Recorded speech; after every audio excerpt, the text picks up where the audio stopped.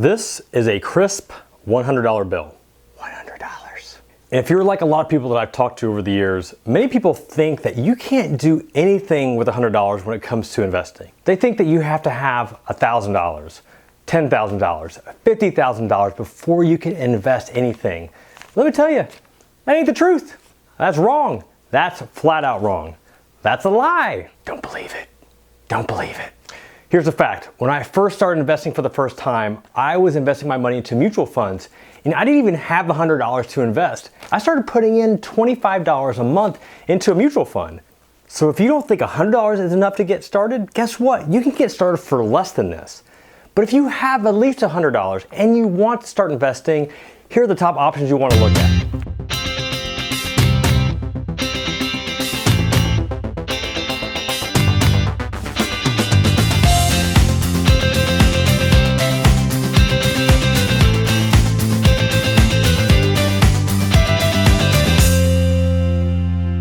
All right, one of the first things that you have to realize, if you want to invest and you want to invest with one of these big Wall Street firms, they don't want your money, especially if you only got $100. You're too small for them.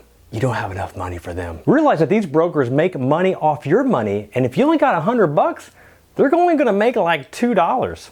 And they don't wanna make $2, they wanna make more than that. So don't even bother trying to go to one of these big Wall Street firms, because guess what? You're gonna be shown to the door. See ya. But here's the cool thing, you don't need Wall Street to get started investing. You can invest on your own. Holla, take that Wall Street. What you got? What you got, Wall Street? You can't stop me, I'm going to invest. And you don't need $1 million to get started. You can get started with as low as a $100 bill. Hundo. All right, the first place that you want to check out is a place called Betterment. Betterment, like investment. You get it? Betterment investment. That's pretty clever, I'm gonna give it to them. With Betterment, you don't even need $100 to get started. They don't have any minimum requirement. All you choose is what your investment goal is. So are we investing for retirement? Are we investing to buy our first home? Are we investing to go on vacation? You just choose your investment goal and then sit back and they choose the investments for you. Now they're going to use ETFs, which are called exchange traded funds. Now these are awesome because these are low cost investments that allow you to get into different asset classes in the stock market. So you can get access to a portfolio of low-cost ETFs all for under $100. And in case you haven't figured this out, that's pretty awesome. That's awesome. It is. It's awesome. Awesome. Awesome. All right, if you want to have a little bit more control and choose the investments, we want to look at options like Ally Invest or TD Ameritrade. So with these, you can get started with no minimum requirement and you can start to invest and you get to pick your investments.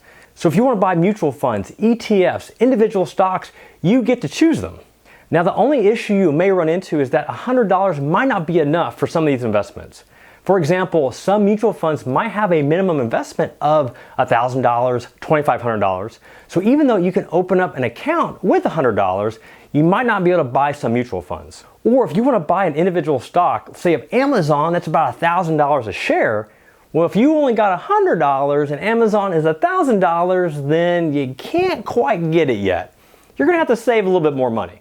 But if the stock price is below $100, then you're all in. You can get that share, maybe two or more of that stock.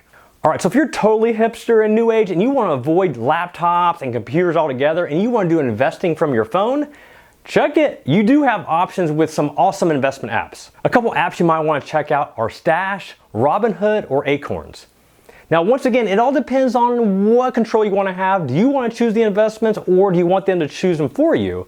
With Stash and Acorns, they're going to choose those ETFs for you. With Robinhood, you're allowed to invest into fractional shares of stock. So if you only have $100 and the share price is $1,000, you may be able to buy a fractional share. And the sweet thing is that you can do it all from your phone. If you're wondering how long does it take to get set up with one of these online investment accounts or one of these apps, let me tell you, it's stupid easy. So with one of these apps, I was able to get started as I was leaving for a flight. So after I boarded the plane and took my seat, by the time everybody else sat down and the flight attendant closed the door, I was able to download my app, transfer some money into that account, and make my first investment. It's crazy. Let me tell you, 5 years ago, 10 years ago, it was not this easy to make an investment. And now you can do it from your phone. One of these. You can invest with one of these. The fourth option that you want to consider is your 401k. Now you can't take a $100 bill and deposit into your 401k. It has to come out of your paycheck. Either way, putting $100 into your 401k is an easy investment as long as you've already signed up. You have signed up for your 401k, right? Contacting your HR department, having that money automatically taken out of your pay, put into your 401k and investing it. Now your company may offer a match on top of that $100, so that's some easy money made. Take advantage of that, put the $100 in and get some free money. All right, a fifth option of investing $100 is a bit untraditional, and if you don't like school, you might hate this one, but bear with me. Buying books, reading books. I'm amazed nowadays at how many people do not read books. I can't tell you how many things I've learned from all the different books that I've read. I've read books from personal development, investing, entrepreneurship, business, family. In every book that I've read, I've been able to apply something from that book to my life. Whether it is for my family, whether it's for me personally, whether it's for my business. I've gotten a golden nugget that I can use and see real results from. It's something that I'm so passionate about, is that I have given my kids an incentive to get paid every time that they read a book and also turn in a book report, because I want them to learn. And there's so many life lessons that I can't teach them that they can learn from a book. Because guess what? I've learned a lot of these life lessons myself just from reading. And if you need a good book recommendation, I've heard good things about Soldier Finance and Jeff Rose. That author, man, he just sounds like he knows what he's talking about. All right, number 6 is courses, specifically online courses. Now, if you want to go to school and take a class or a course, you can do that if you like to drive and take time out of your day. But nowadays, it's amazing how many things that you can learn by purchasing an online course.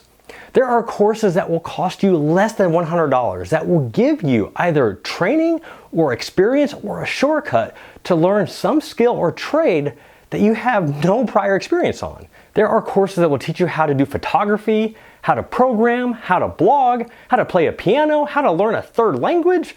You can learn anything online.